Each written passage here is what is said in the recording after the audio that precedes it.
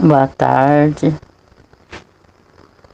boa noite, bom dia, tudo bem com vocês? Espero que estejam de verificar para a glória de Deus.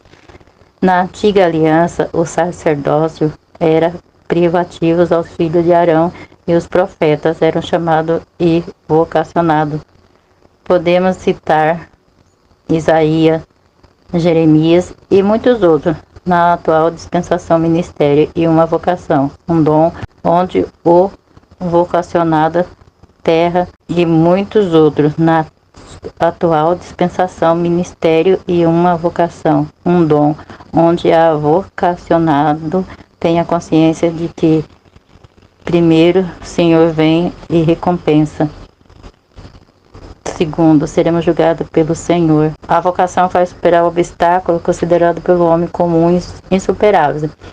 Observamos a vida de Moisés como compreender a sua posição diante da rebelião e tumultos enfrentados no deserto.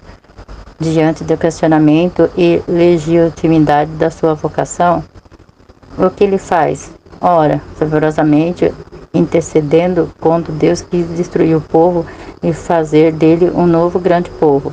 Só um homem vocacionado por Deus poderia ter a capacidade, acalmar e equilíbrio para vencer momentos críticos.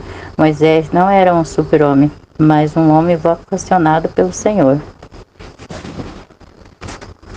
A vocação é acompanhada da missão. Deus nos chamou e nos vocacionou para uma missão específica, pregar o Evangelho. Quando obedecemos, temos resultado, conversões. Ninguém que é vocacionado pelo Senhor vive de um lado para o outro, mas tem certeza da vontade de Deus para a sua vida e onde o Senhor o colocou. Vejamos o exemplo de Abraão e sua vida como caminho e marcas de verdadeira vocação. Renúncia de fé, submissão, bênção. Muitos são rejeitados por não querer esperar obedecer e se submeter à vontade de Deus.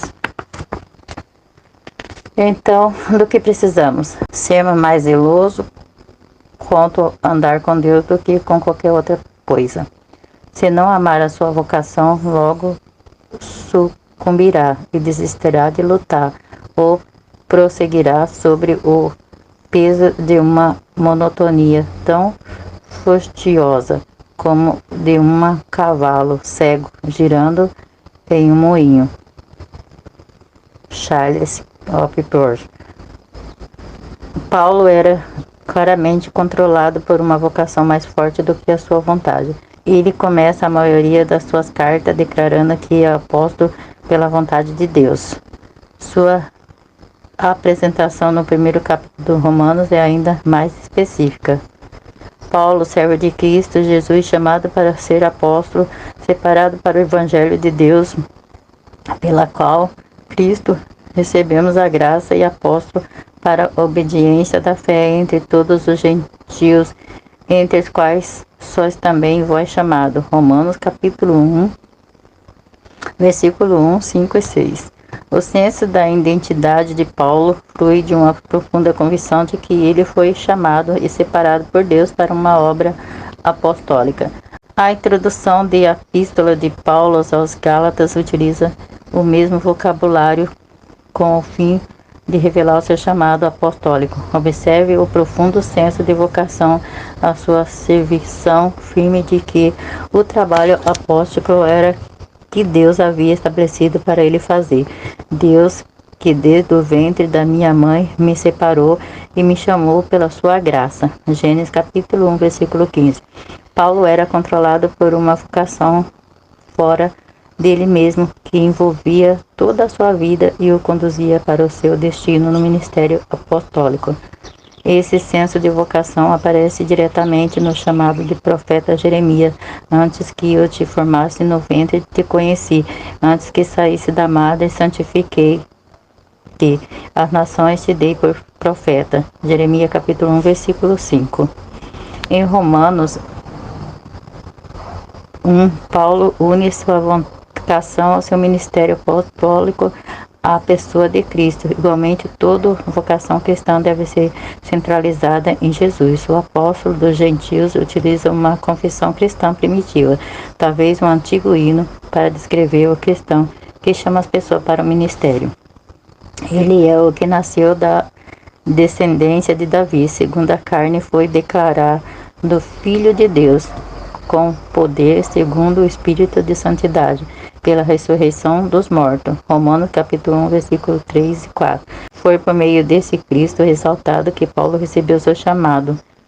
Romanos capítulo 1, versículo 5. O apóstolo ficou aturdido quando viu Jesus pela primeira vez na entrada de Damasco. Cristo não era agora um profeta componente da Galileia, era o Senhor da glória. Aquela visão derrubou Paulo ao chão e ele caiu de joelhos, contudo, nos deve se prostrar e permanecer quando são vencidos pela glória de Deus. Ali de joelho diante do ressurreto, Paulo recebeu o seu chamado para pregar aos gentios e foi um momento exclusivo de sua vida. Ele repete a história 2 vezes no livro de Atos e alude a ela em uma carta sempre que fala de seu ministério. A pressão do ministério apostólico e pastoral pesava fortemente sobre Paulo e ele cansava e desanimava como todos nós. A segunda carta aos Coríntios registra um momento difícil do ministério de Paulo, mas ele prosseguiu, como podemos ver. Glória a Deus, aleluia, louvado seja o nome do Senhor. Deus poderoso, grande Deus.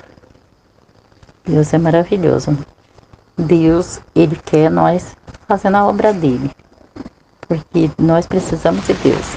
Não é Deus que precisa de nós. Nós temos que ter essa vontade de estar fazendo as coisas no reino de Deus. Na casa de Deus tem muito trabalho. É bastante você procurar um para você fazer e falar com o pastor. E o pastor vai dirigir você a um trabalho específico que você deseja fazer. Oremos. Pai amado, Pai misericordioso, abençoa as pessoas, meu Pai, que estão querendo trabalhar na Tua obra, Senhor Deus, meu Pai, queima no coração delas esse desejo, essa vontade. Pai amado, Pai misericordioso, que ela venha, Senhor Deus, falar com o pastor, Senhor Deus, só o pastor sabe, meu Pai, em que área, meu Pai, ela pode, meu Pai, estar trabalhando, Senhor. Pai, abençoa a vida delas, meu Pai, fale no coração dela, revela-te a elas, Senhor Deus, meu Pai, para que elas venham, Senhor Deus, meu Pai, fazer algo na Tua casa, Senhor. Pai Todo-Poderoso, grande é o Senhor em poder, grande é o Senhor em glória, abençoa essas pessoas, meu Pai, em nome de Jesus, da saúde, paz, alegria para todos, meu Pai, que eu te peço e agradeço, em nome de Jesus. Fique todos na paz do Senhor Jesus.